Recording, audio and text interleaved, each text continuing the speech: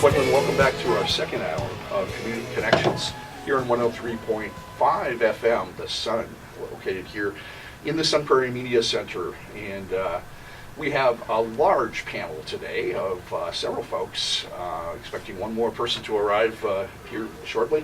But we're going to be talking, as we mentioned in the first hour, about the Farley Center.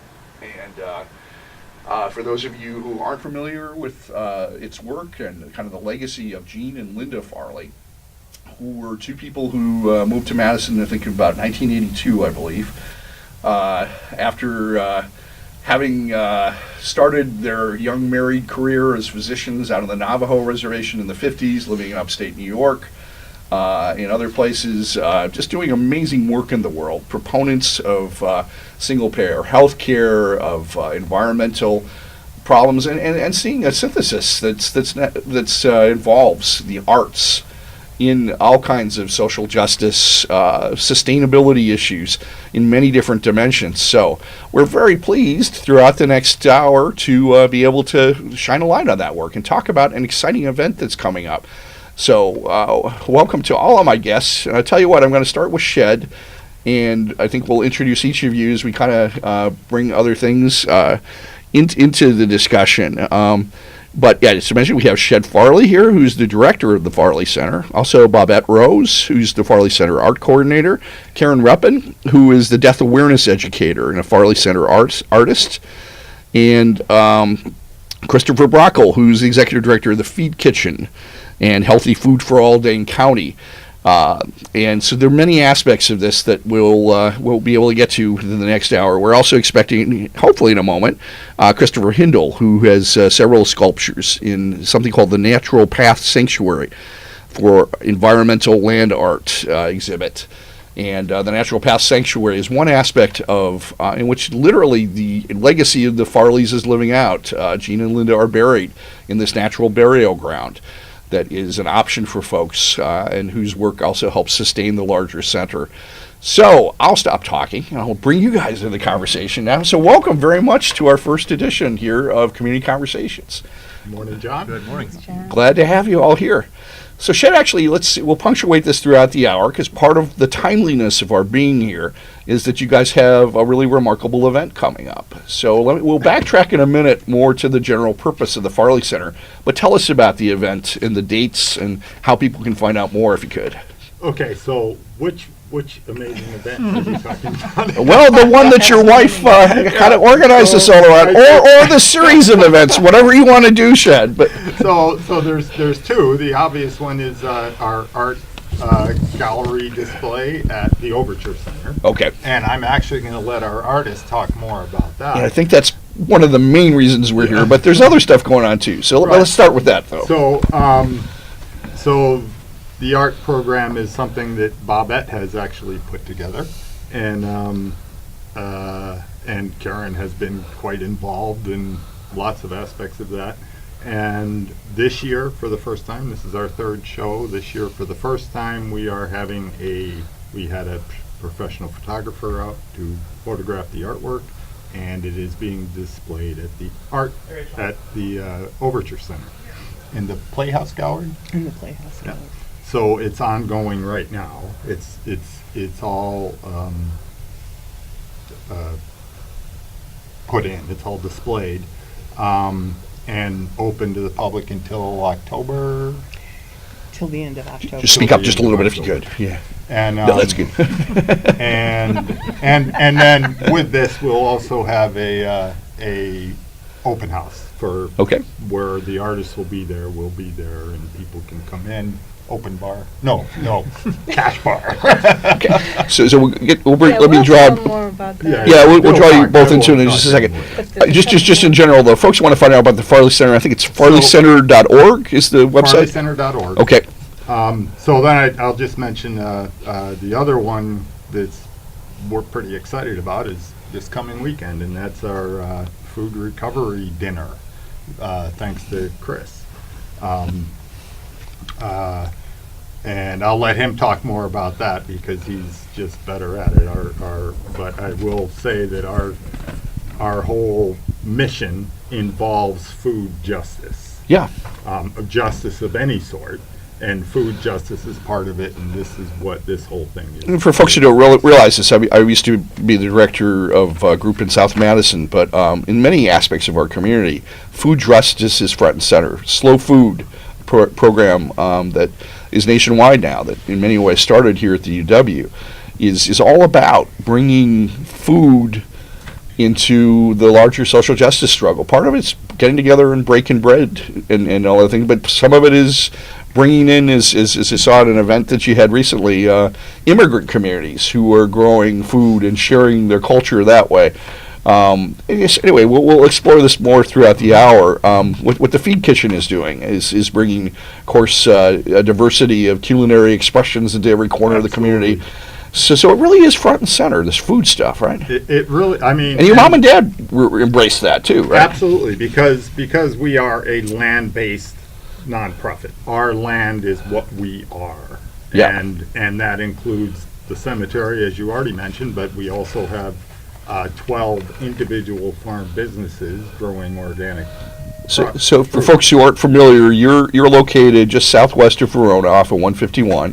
Just about 2 miles west directly. So it's your family homestead essentially that you're developing. I mean. So I'll just say this family homestead. Other than the fact that the only ones who've ever lived there are mom and dad. Okay. And the occasional niece or nephew who's going to UW. So you're a recent transplant from Colorado, where you were for many years. I know you have a brother in Vermont. You have 5 brothers essentially all over the country. 4 brothers. 4 brothers, excuse me. 5 of us. Yeah, 5 of you. Yeah. Yeah. So all over the country and in Africa. So. Okay. So yeah, none of us have ever lived in Madison or Wisconsin before Caroline and I have gotten here. So. We talked about this show we did 5 years ago, not long after your dad had passed, and we encourage folks, if you're interested, want to find out more, just put Gene and Linda Farley, my name John Quinlan, Wart, W-O-R-T, where the show occurred. And it was really a remarkable cross-section of all of the different places where Gene and Linda Farley have had an impact. And our hope then, just not long after your father had passed, he'd recently been a guest on my show talking about he and your mom going to the March on Washington, that arc of history. There was this hope that their legacy would continue, and I think it really has in many ways. So I agree. I mean, I guess after Dad died, the Farley Center was kind of finding its way. Sure. Still. And Caroline and I agreed. By the way, Caroline Two Farley, your wife, Farley, who's the program director at Farley Center. Who is the program director. So we are. It's hard for us to choose to do something that doesn't fit in with the mission that Dad created. Yeah. Because it's a wide-ranging thing, and we are still a fairly young nonprofit, going on 7 years. 7 years. This is our 7th year, and we feel that we're too young yet to settle in on one thing. Sure. So, why should you have to? Yes, and that's your mom and dad never did settle in on one thing. That's exactly right. So we're following in that way too, and I just want to mention.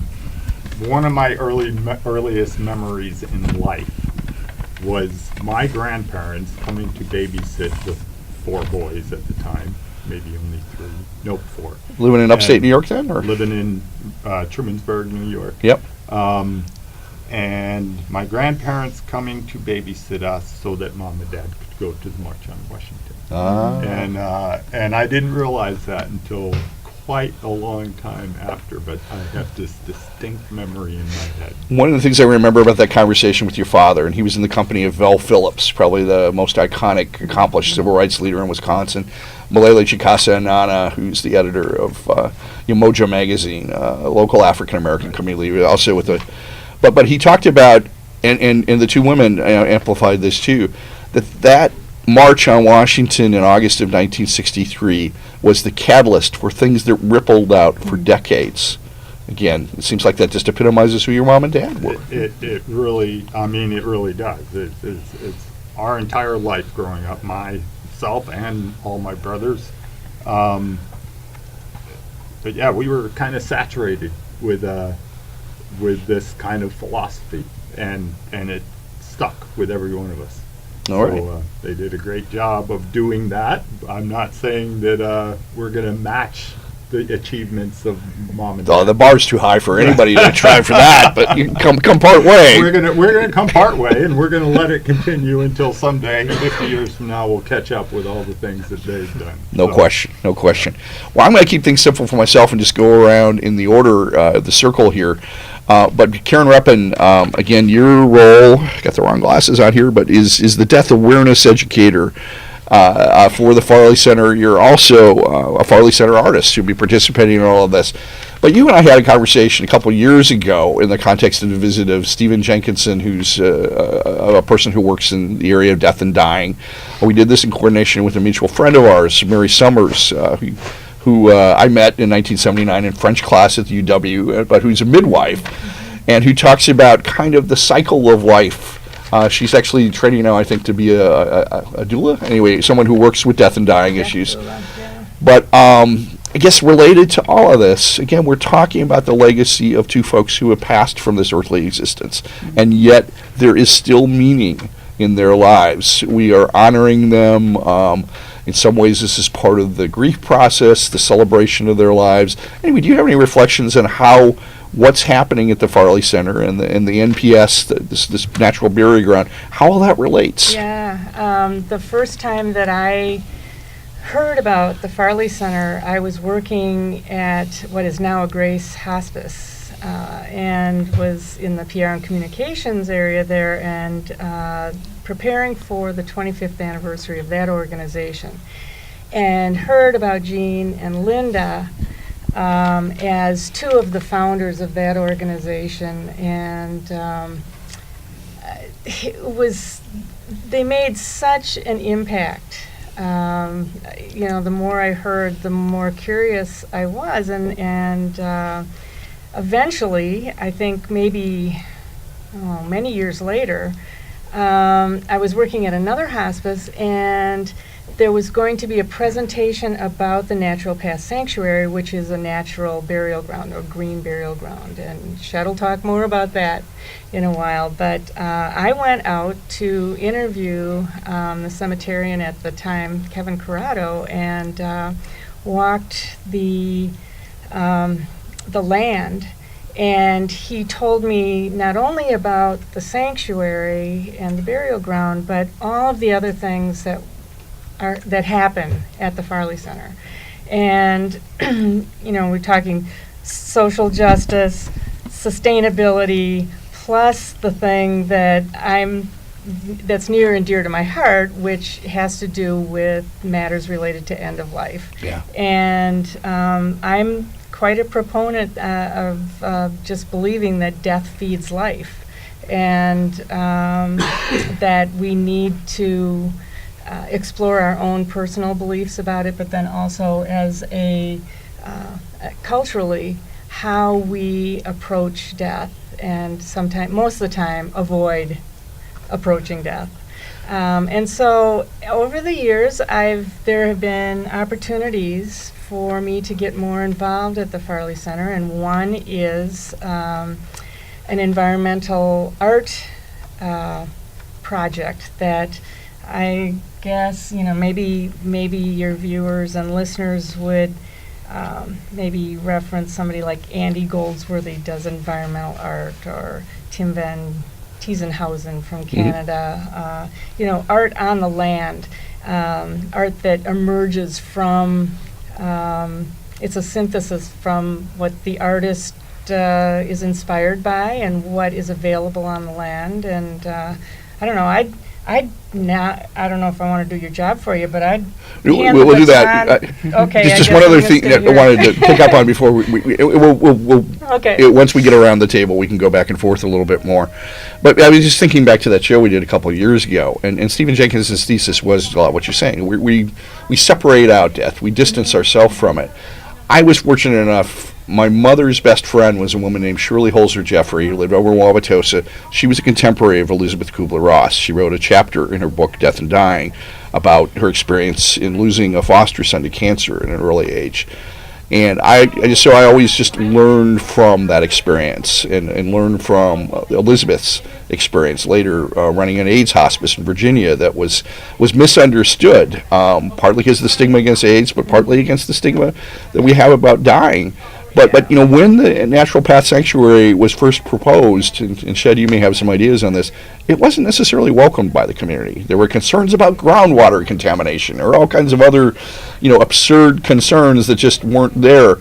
But I also remember a conversation I had with your brother, Shed, out at a media reform conference in Boston. He'd come down from Vermont. But your dad was explaining a conversation he'd had with one of his grandchildren about Grandma's buried on the hill. And that tree that she loved is now reaching in and drawing nourishment and sustainability from her.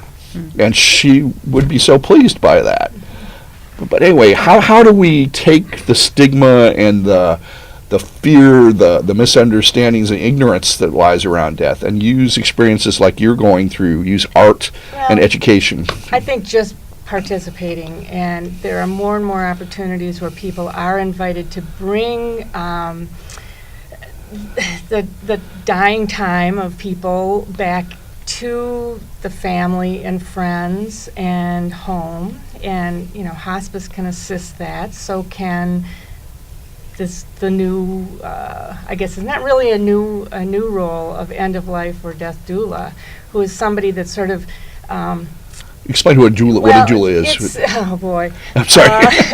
Well, it's someone who assists with non-medical support, Okay. emotional, social, and spiritual support. And the doula name in birth is similar. It's to help a woman prepare for birth. Yeah. And go through the experience alongside and complementary in complement or collaboration with the medical caregivers and everything. So an end-of-life doula is someone who works with the person who's dying, their family and friends, to maybe fill in some areas that the hospice team that is very integrated and offers a whole lot but can't be there 24/7. Things that they maybe can't do, that maybe, when I work with people very often, I help clarify what hospice can or can't do. I might tell them more about home funerals and green burials, which is something that hospice is pretty much, they want to know what your desires are. I help people understand a little bit, give them more options to think about so that their choices are more informed. And I think one of the things that's been really satisfying about the Farley Center is that we've had several presentations where we've had films or discussions about things where it just I'll facilitate a discussion around different topics around grief. And so to answer your question about what can we do, we can talk about it. We can do more, walking toward before it comes, crashing down around our ears. I host, along with some other people, what we call community conversations on death and dying, a.k.a. Death Cafes. It really wasn't an original name for the show, was it? I discovered that. That's all right. It's community conversations, Absolutely. connections. They're all good words. Yeah. We offer monthly opportunities for people to come and just explore these issues, and these are the kinds of things that we do at the Farley Center on a periodic basis. So we'll have you back for a full hour before too long. But just one other aspect of this. I just want to introduce before we move down the table here. Well, it's not a table, but we'll move down the line here. Is just the cultural aspect of this. So I'm thinking back to a conversation I had with my friends Peng He and Mai Zhang Vu, who are local Hmong community leaders. Mm-hmm. The Hmong experience of death and dying, when someone passes, it takes days. And they've had difficulty interacting with some of the mortuaries and other folks here. That just no, we're going to keep it down to 2 hours like we do for everybody else and everything else. Like, no, you can't do that. You've got to honor those traditions. But that's another aspect of the work you do, because it opens a door to our understanding of other cultures. Yeah, there are so many options, and people really can take more control and be more involved. And I think that's one of the things that the sanctuary allows. I mean, to be able to not necessarily fit into a template that has been developed by some other institution or belief system. Native American traditions have so much to teach us about these things, for example. There are many. Yeah. And so we can be more inclusive and more diverse. All right, just to reset the show for those of you tuning in midstream here again, this is Community Conversations, which apparently is a very popular name for lots of dialogues around things. But you're listening to us here on the Sun 103.5 FM out of the Sun Prairie Media Center, also streaming live across the country and across the world.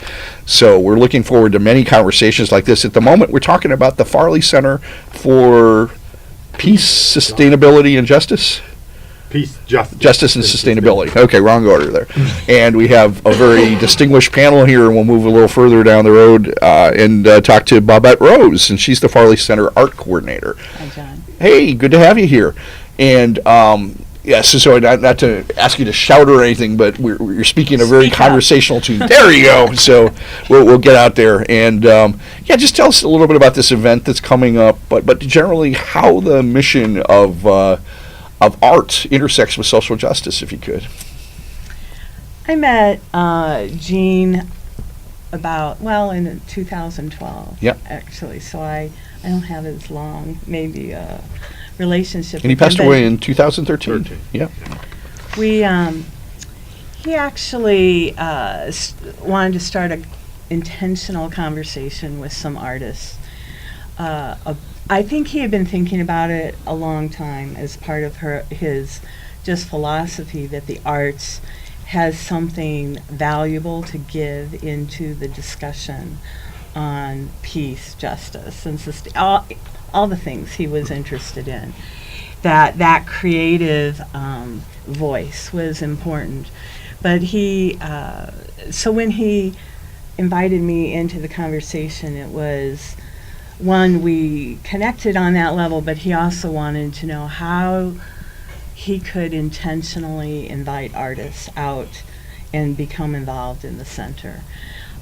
So we had a number of conversations around that, and eventually we came to our first project. And actually, I called Karen in. We had a little focus artist group about what we could do, because I knew she was also very much engaged in environmental issues, and a lot of artists in our community are. So Yeah. I knew that there would be a desire to become involved if they knew that there was an opening to be involved. So we created this project to invite artists out to just create something on the land. And the challenge was to use only those materials that could decompose naturally back into the ground. Oh, really? And that's a big challenge for artists when you're really limiting materials and calling them to change up the materials that they're using. So part of the goal was to invite artists onto the land, was also to get artists thinking about materials and how we use them, and in the process get the community, as they engaged with the work, also thinking about the land and the materials we use. So we had, I think we had about 8 artists that first year in 2013 come involved. There were about 20 artists interested, but 8 that actually made it to the gate and created work. And then we did it again in 2015, and then in 2017, last year. So in each year we've had more artists engaged. I'd say this current show that we had has about 16 artists engaged, But I would say in the group, there's at least 25 to 30 artists tracking with what we're doing at the Farley Center and would consider themselves involved in some way.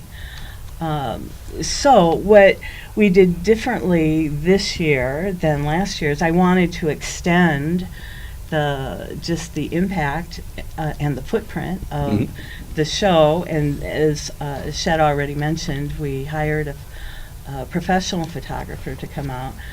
And I talked with the Overture Center about the potential of having a show of these photographs there, and Is it the Overture Center or the Museum of Contemporary Art? Or? No, it's the Overture Center, Okay. and it's their Playhouse Gallery, which is Okay.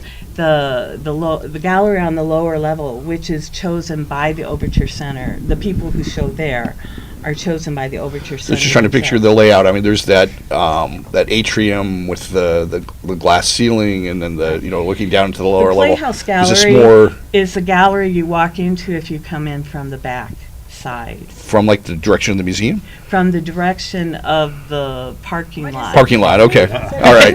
I mean, there's an Overture parking Obviously, lot. you go there, they'll tell you where it is. It's But off yeah. of Henry Street. It's Okay. back. Yeah. So Yeah, they yeah. have the entrance from State Street, and then they have the entrance from Henry. So Sure. there's a big parking lot that people feed into that back way going to the theater. So it gets a lot of foot traffic because a lot of people are coming through. So Henry Street is if you cross over from the library, or you cross over from the Federal Center, Exactly, or anyway yes. that little street there. And when you enter, it just sweeps through the gallery. Well, there's a big It's concert. That's where you see the big van that's bringing in the rock stars and things Exactly. like that. That's yeah. blocking your Yeah. traffic. Okay. That's right. So, and the goal there was to just bring the more attention to the show, more contemplation about land art, and more introduction to the Farley Center for people who may not really be engaging at this point. So if you could punctuate again, what are the logistics, the dates, anyway? Well, the first show we want to see is the. up right now. Okay. Until the end of October. All right. And we have a reception. We would love everybody to come. I think it's going to be a really fun time. There's going to be music and food and art, and that's going to be September 28th from 6 to 8. What day of the week is that? Friday. Okay. So it's a great date night. Go out and have a dinner. Come see some art. It's Karen's birthday. Oh, is it really? All right. Come celebrate. Anyway, so that's we're inviting everyone. So it's going to be a fun time to come and see the art, and really even those that made it out, because we had a reception when the art was actually up and installed. But I would invite all those people that came to that to come to this, because they'll get a different perspective on that art. They may see the art a little better even because it'll be close up. But it's a different environment. But yeah, I think and the photographs are beautiful. Okay. So again, farleycenter.org, is it? farleycenter.org. Is all of this information, of course, will be up there. You have a Facebook presence as well. Right. Do you mind sharing the phone number in case people have questions? Or So Farley Center phone number is 608-845-8724. probably direct questions to Carolyn to Farley, who's the program director, or anybody? Yeah, so if you call that number, you're going to either reach me or our office manager. Okay. Because Caroline does most of her work in front of the computer at Sure, home. sure. But if you call us, she'll certainly get the message. Anyway, we should give her due credit as the program director. This is a lot of what she does, a lot of the Yeah, emphasis of her work. absolutely. Okay. Yes. All right. So we'll again, we can come back to some other things, but we want to move down the panel and bring in the two Chris's. I'm going to swivel the mic around just a little bit, make sure we got good audio there. And just to introduce you collectively, we've got Christopher Hindle, who has created several art sculptures in the Natural Path Sanctuary. And we'll bring you in just a minute, Chris, but to go move down the panel, also Christopher Brockle, who's the Executive Director of the Feed Kitchen and Healthy Food for All Dane County. Your offices are located on the north side, and stopped in and saw you the other day. And I know part of I think the impetus for Feed Kitchen came from the Northside Planning Council. Is that right? That's correct. Northside Planning Council actually operates Feed Kitchens and Yep. owns it. So And I used to be a Northsider and was on the board. And Abba Tucker, who's the current director, is one of my best friends, former housemate. So very familiar with kind of the arc of how all that came about. But let's just start with the Feed Kitchen. Can you tell us about how that came about and what its purpose is? sure. So Feed Kitchen is a shared use commercial kitchen business incubator. It's a lot of words, but basically it provides a working kitchen space for entrepreneurs who want to start a food business. Our job at Feed Kitchens then is to support them in the kitchen, whether it's recipe development, using equipment, how to operate in a commercial setting. Some people have lots of experience. Some people have never done that before in their life, but Grandma made the best cheese dip, and by God, they're going to make it and sell it. So we help them. We also help them on the business side with developing their business, marketing, finance, loans, accessing, getting onto retail shelves, things like that. One of the recent memories I have is there's a group called the Mutual Aid Network, and we did a conference a couple of years ago, people from around the world coming together about how to collaborate. But we used your kitchens to prepare a lot of our meals. Yes, we do have social benefit as well. So we provide space for nonprofits. Chrysalis Pops makes a wonderful popsicle there. We have REAP processing farm to school snacks. Wilmar Center does pie baking there. Goodman Center does pie baking there. Kashia House is making lunches daily there for their folks. So Kashia House is a facility, currently a project in Journey Mental Health, but it helps Hmong elders who are dealing with trauma. Correct. Very important cause. And we're actually going to do a show on that probably next week because Fantastic. unfortunately those programs are in jeopardy right now. I think they're going to be saved, but there's a really compelling need there. Chris, can you just talk a little bit about this general theme we're bringing out about food justice? What exactly does that mean for you? So food justice, to me, sort of looking at it, and I've been working in the food system for 20 years. We've done a great job in the city of Madison and our region of building a local food system, right? So we have wonderful co-ops and natural food stores. And CSAs. now grocery stores are featuring local produce. CSA movement is huge here. Small family farms, farmers markets, restaurants that do sort of farm to fork stuff. When I look at that, and sort of my work has been working with low income folks and people in poverty, they've been cut out of that system, right? Yeah. So we've developed this wonderful local food system, but folks who are on the lower end of the income scale don't get to access it. And so really we are about, whether it's at Feed Kitchen somewhat, and more specifically in Healthy Food for All, focused on getting access to folks. And Healthy Food for All is sort of looking at the food system and saying there is so much excess right under our noses that we need to figure out a way to collect that and distribute it out to folks. And then by doing so, they are getting access to those same local foods, being treated with some dignity and being presented vegetables from local farms that are cleaned up and made available. It's not dissimilar from what is happening at the Farley Center. Sort of on the other side of that is developing small family farmers, folks who want to enter into the business but don't have access to land, which is extremely expensive in Dane County, and training them to giving them a space to become farmers with support, much like we're supporting food businesses. That is important. I just was watching the news this morning. Wisconsin has lost 400 and some dairy farmers just this year. Yeah. Now they're not training dairy farmers, but they're training small vegetable farmers who support local economies. Right? They are generating food and creating economies that cycle locally. If you are, we're losing farmers, that means there's consolidation that's happening, and farms are getting bigger. And those big farms are certainly that are generating some locally economic business. what they're doing is they're growing things, they're picking it, and they're sending it down the Mississippi River, and that money is lost to our local economy. So. One of the terms that's used often when you're talking about the intersection with economic, racial justice, places like South Madison or North Madison, is food desert.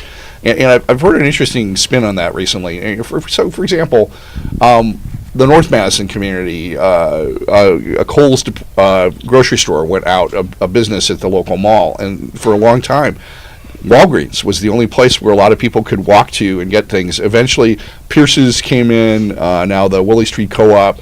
So they're trying to address the need that people have for access to that locally grown food, to affordable food. Here's a spin on food desert. At the Nelson Institute at Earth Day, I think it was 2 or 3 years ago, I was very proud of them because the environmental movement often hasn't been very good about reaching out to low-income people or people in urban settings. They began their program talking about Detroit and some of the renaissance that's occurred there, these empty lots that are now becoming community gardens, all the food aspects of all of that. But one of the speakers, who's a sociologist here at the UW who works in Detroit, just says, but let's not call it a food desert, because that makes it sound like the communities in which these challenges are occurring are some kind of barren place that are devoid of resources or culture or history. Let's find another way to phrase that brings out the strength of these communities. I mean, do you see the importance of that? Yes, I definitely see the importance of that, and I would not disagree with that. I've been working in low-income communities myself. I definitely see lots of strong resources, lots of strong people who have interest in doing things. It's really just about access, right? What other resources are available to me that I can grasp? And I certainly understand sort of the desire to move away from the term food desert. I also sort of see it sort of on a macro level that people understand it. Yeah, they do. And so when you say that, it resonates with folks. And so I think it's the conversation you need to have after correct. that to put it in perspective. Yeah. Correct. Yeah. Well, let me just go and introduce our other Chris on the panel. Again, Christopher Hindle, has created several art sculptures as part of the Natural Path Sanctuary for our environmental land art exhibit here in 2017. I guess is where you got started with all of this. But could you just help us to develop this thread of thought that art and activism, social justice, kind of all intersect? Well, certainly, and that's a discussion that takes place amongst artists and within art schools. Is what is the purpose of art? And I think this is an area that it begins to step out and place itself out there as a voice for subject matter, and it spreads, within activism. It is a different voice for subjects that may be overlooked, may be not really hitting home to a lot of people, and so it's the utilization of visual arts to get messages out there in a way that might be different than just standing on the bully pulpit, screaming and hollering, using the written word. So for me, a big factor with the art, I will have to admit that I'm not as much of an activist per se, but for me, the utilization of natural materials, being in natural spaces, to be quite redundant, is just very natural for me. I grew up on the Mississippi River over in Red Wing, Minnesota, and I had a friend, he and I spent throughout high school into college, would go out into the backwaters and just, by fishing boat. The only way out there was out in the fishing boat. Yeah. We'd dig around and find materials out there, everything from trash we found to fallen trees, what have you, and just start building, constructing sculptures.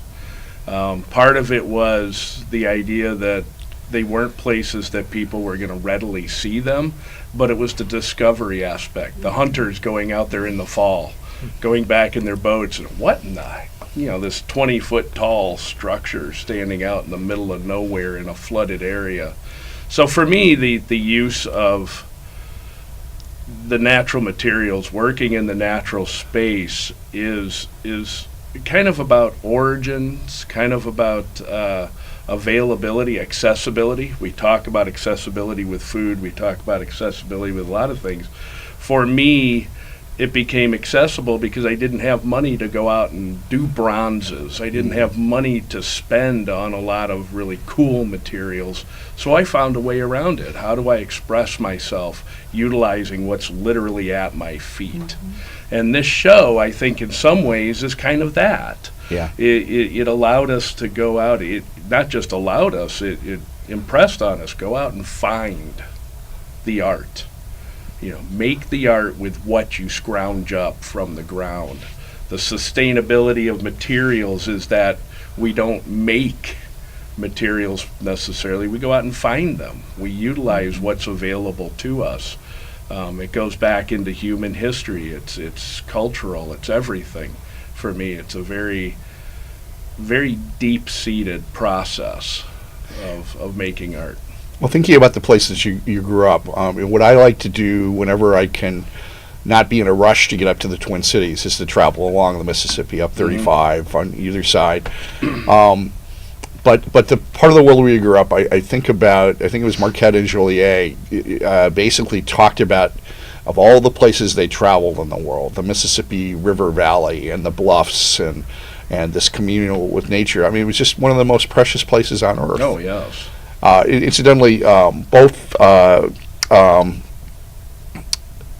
spacing out names here, but both the director of the United Way and who's one of my best friends, whose name is escaping me at the moment, and Sherry DeBeal from Community Shares, they grew up in Trempealeau, and they went to high school together, strangely enough. Yeah. And they... But I think that part of the world really influenced the notion of service to other people, of bringing missions of service to the earth directly into our daily lives. I mean, isn't there something special about that part of the world? There is. There is, and I think the Mississippi, the Upper Mississippi, is in a lot of ways overlooked. People think of the Mississippi, they think St. Louis and south, that massive muddy river that's huge. That's why having the Museum of the Mississippi in Dubuque is such a powerful thing. That's why having that Museum of the Mississippi in Dubuque is such a blessing to be able to have that. Whereas, in Red Wing, the Mississippi was just absolutely a part of the community. Everything about it. You in the summertime, we lived on the river. Yeah. It didn't matter how you got out there. There were times we swam across the river to get to some of the cabins that were only accessible by boat. Wow. But that's how small the river was there, compared to other areas down south. And I think it brings it to a point where the river is very much a part of the community. It's not just a resource for moving goods and hauling. And a lot of people I know from St. Louis never step foot in that river.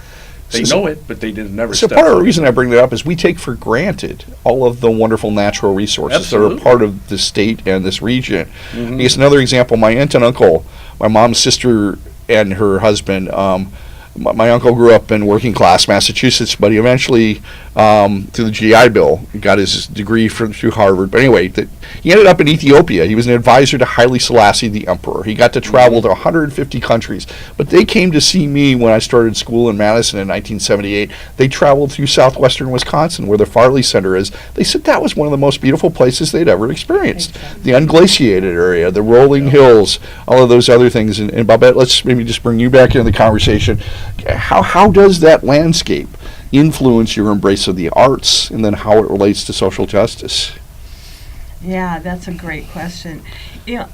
I personally got involved in this not because my art is quote unquote environmental, but because my heart is, and I wanted to in some way connect who I was internally with my art. And when I started going out to the Farley Center, I feel the Farley Center is beautiful. I've already decided I'm going to just describe the lay of the land. Can you just use some words?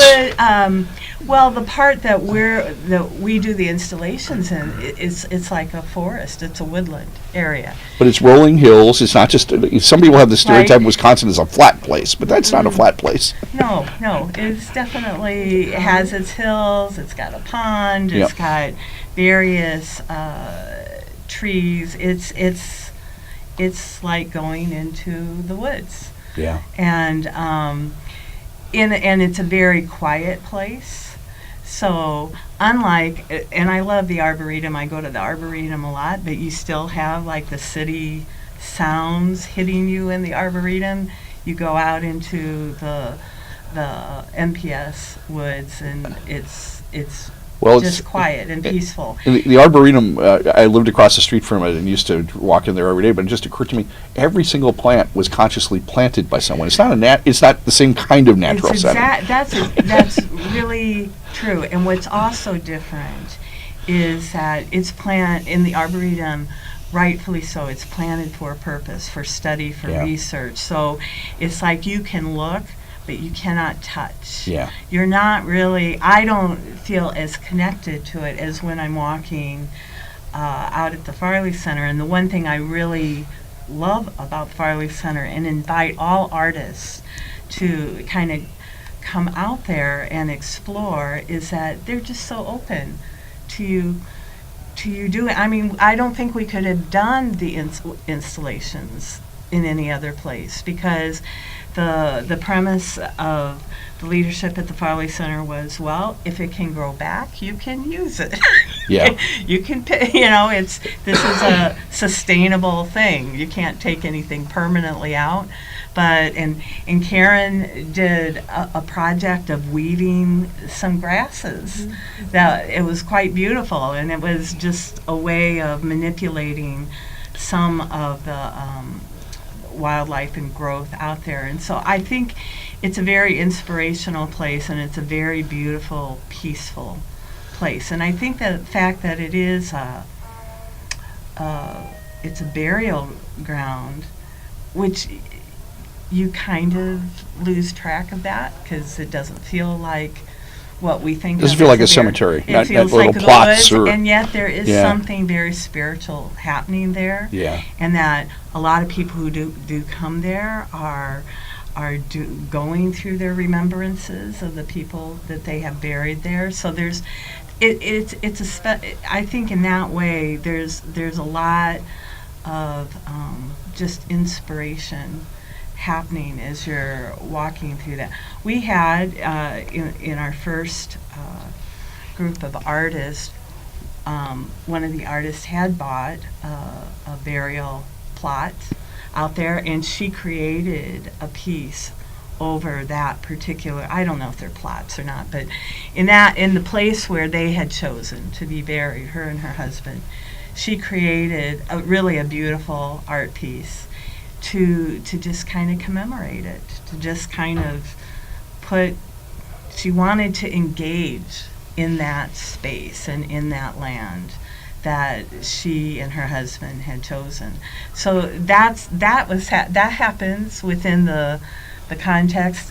This past year, 3 guys participated, 3 artists who had a friend who was also an artist who died and was buried there, and they wanted to specifically come out and make art that kind of honored their friend, and their work is up in the Overture Center. You know, we obviously we talk about Native American burial mounds, for example, that are often desecrated or disregarded. But I think about Astalon, for example, the energy there about this sacred space, it seems like it's very analogous to what you feel at the Farley Center. Yeah.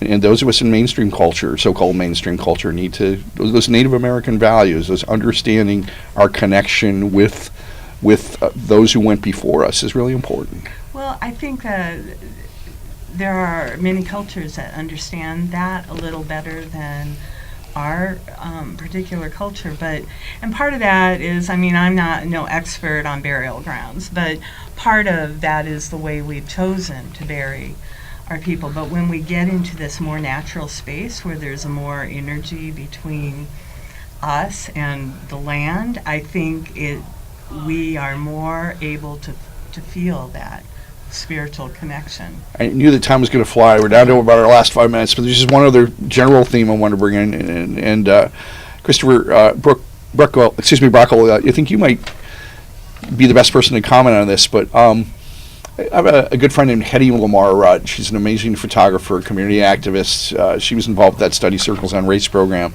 was involved with many years ago, and her two young boys at the time who were in high school, young African American men, they had never really experienced a lot of nature. And our mutual friend Mary Kay Baum, a longtime community leader, brought them out to her place near Ridgeway, I think, or Dodgeville. And they roamed the fields. They communed with nature in every way possible. But as Hetty described that, or I talked to the boys about it, boy, what a precious gift that was. But a lot of kids that you probably work with never have that chance. So is that maybe one of the possibilities that's here to get those kids into a space like the Farley Center? Certainly, and we see it all the time. I used to coordinate community gardens in the city of Madison, and we'd certainly, community gardens can be kind of a planned space, but they can also be a fairly wild space if you've ever gone through many community gardens, especially this time of season. But kids had never even seen, it sort of on the same level. Kids hadn't been in gardens. They hadn't seen how food grows. They get very curious, but they're open-minded, right? So if somebody is there to lead them and guide them through it, they learn, they pick up on it. If they have grown something or picked it themselves, they're more likely to eat it, and they're more likely to appreciate it and take that home and actually say to mom and dad, I want to try this. I want to try this at home. Why don't we ever have this? So one can only imagine that the same thing is in any sort of natural space, right? So if we can get kids out into the woods. Well, and for Hetty's sons, DeMarcus and BJ, I think there was a peace that came over them too, because life in the city is so hectic. Of course, what young African American men face in our society, the judgments and the misunderstandings, all the stress that goes with that. There's just really something special about giving them that gift of getting out there in the wild. And it's also just an eye-opening experience to realize what are the other possibilities in the world. That my life isn't just the context of where I live, but there's other things out there. So we're down to about 3 minutes. Anything compelling that we missed here? So Yeah. I have a question for Chris. Does Grow Academy come out to the Feed Kitchens? Yes, Grow Academy is at Feed Kitchens every Wednesday afternoon. So Grow is a juvenile detention facility out near Oregon. They have an agricultural-based curriculum there. And they come to Feed Kitchens every Wednesday afternoon and cook. So they bake, and then they take those items back, and they have a farmer's market, and the items that they bake are part of the farmer's market. But if I could take just a moment to advertise our food recovery. Sure, go ahead. You've got about 45 seconds to be quick. Sorry. All right.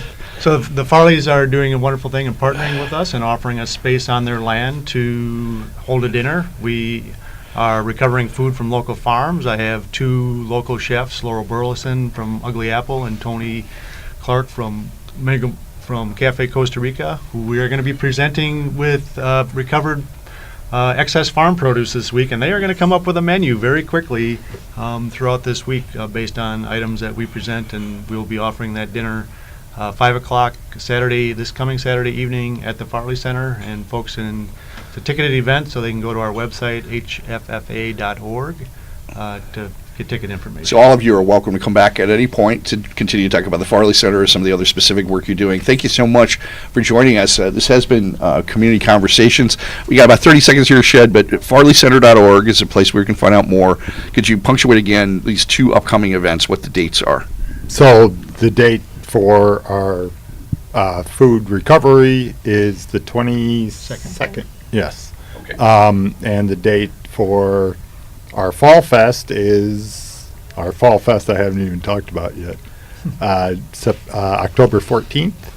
And the dates for the art show at the overture. Or, We'll get you back on in studio or on the phone to talk about the October thing as well. So farleycenter.org is where you can find out more. We honor today the memory of Gene and Linda Farley, all that they stood for, the wonderful ways that their legacy has played out. Thank you all for being with us today.